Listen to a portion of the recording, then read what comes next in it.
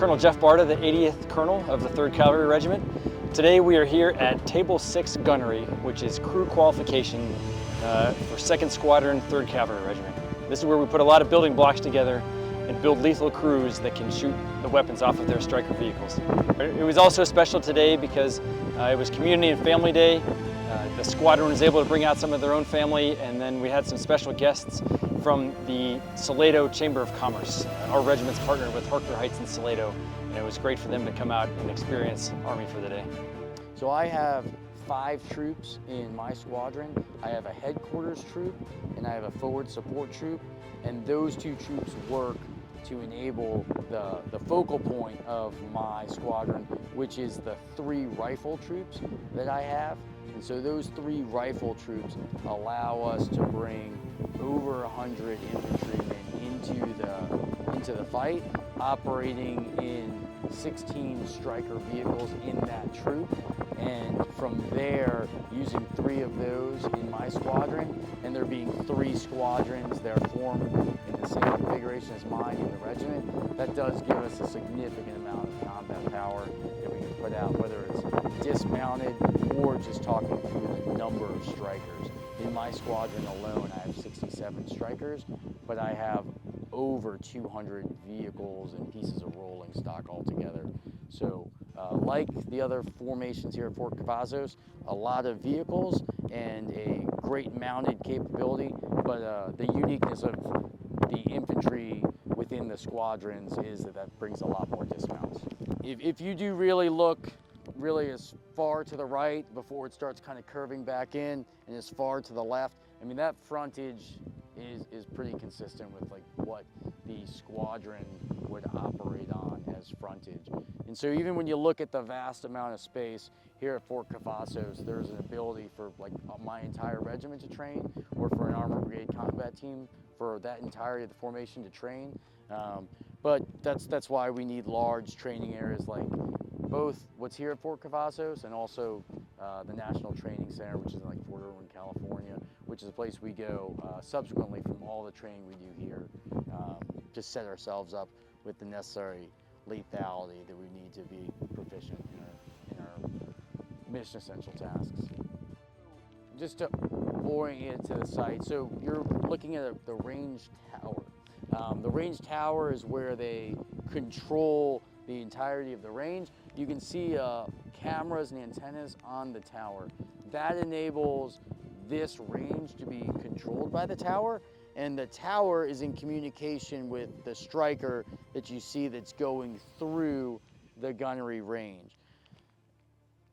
As we were kind of talked through, there are multiple lanes where you're able to have vehicles progress through, and then from there they're able to engage targets. They engage targets from anywhere from 300 meters out to over 1,000. So using the optics on the weapon system, that's definitely far more achievable than if we were just doing that, you know, with a rifle or something like that. So there's a significant amount of range that that we're able to employ with our weapon systems.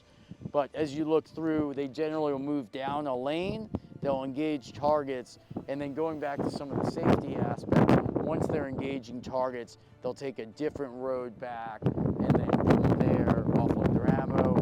They'll receive an after-action review, learn what they did well, where they can make improvements, generally where they are in terms of proficiency and qualification, and then the process will repeat as we go through getting the dozens of different crews qualified through it. Today, I will be the facilitator.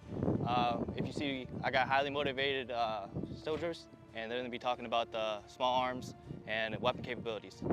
So you can see the weapons on a table. These individuals over here, and then be talking about each weapon system, just a short brief of what they do and their capabilities. This is our M249 squad automatic machine gun. It's belt-fed, holds 200 rounds. It's mainly used as a support by fire and it's an aerial weapon. Thank you. Now we got Corporal Size. Right here we have our Mossberg M500 pump-action shotgun. It is chambered in 12 gauge, and it's usually used for breaching doors. Can also be used for close quarter combat. Thank you. This is our M4 carbine. This is our Army's primary weapon system. We're all qualified with the M4, an open bolt, magazine fed, and it shoots 5.56. Thank you. Excuse me, Knox. We have our M320 grenade launcher. It usually mounts under our M4 and it shoots 45 mic height, 8 high explosives. Thank you. Goddamn. Here we have our M17 handgun, chambered at 9mm. It's primarily used in close combat, doesn't have a far effective range. Yeah, there's not really too much to it. Thank you. All right, over here we have Staff Sergeant Alan East. He's going to be talking about our Gustav. It's an 84mm recoilless rifle. It's designed for anti-armored capabilities. It has capability to shoot between 600 and 800 meters, and it shoots high explosive dual-purpose rounds. This is the M2 Browning 50 caliber machine gun. It is a belt-fed, open bolt, crew-served weapon. It is mainly used for anti-armor and anti-personnel capabilities. And our last cruiser weapon, okay, we got the Mark 19 machine gun, shoots 40 mic, used for personnel and light armored vehicles. And now we're about all these. So the Mark 19 and 50 cal, you can mount them on the Strykers. I'm gonna hand it over to Sergeant First Class Silva. This is the ICV that we mainly use here. It can carry a total of 11 personnel, 2 crew members, which consist of the driver and the actual gunner system up top. The RWS system, right, the remote weapon system, is what carries these systems that Sergeant Bowers just talked to you about when it comes to the Mark 19 and the Mod Deuce over there, which we call the M2. That's what will go up there on the remote weapon system. The remote weapon system allows us to fight and maneuver while keeping our gunners safe underneath armor. That's the whole idea of it.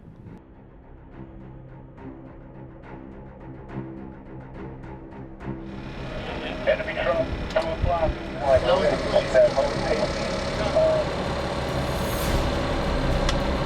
So this is the day sight. You can see it clears, and then there's your night sight. Yep. We're good. So good afternoon, my name is Sergeant First Class Young. Currently we're conducting Table 6 Gunnery. There's a total of 6 engagements. The vehicle that we were operating in was the M1126 double V-hull ICVV.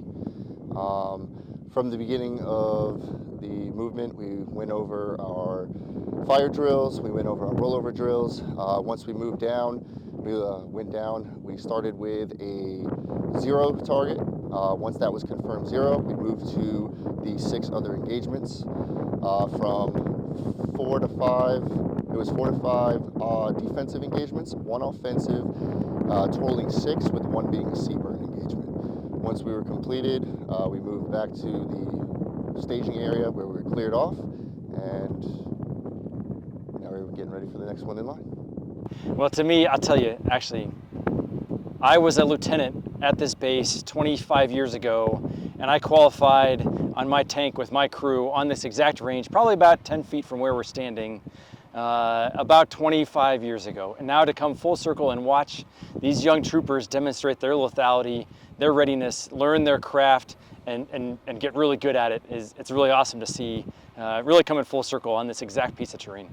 I guess a closing thought is our regiment's pretty special. We've been around for 178 years. We were constituted as a regiment of mounted riflemen back then. At the time, we had the best rifles and the most lethal troopers who also had horses, so they were mobile across the battlefield. What we train out here today, the fundamentals and the building blocks are exactly the same. These troopers out here, they are super lethal on their weapon systems, and they can move across the battlefield all over in these great Stryker vehicles, and that's really the lethality of our Army.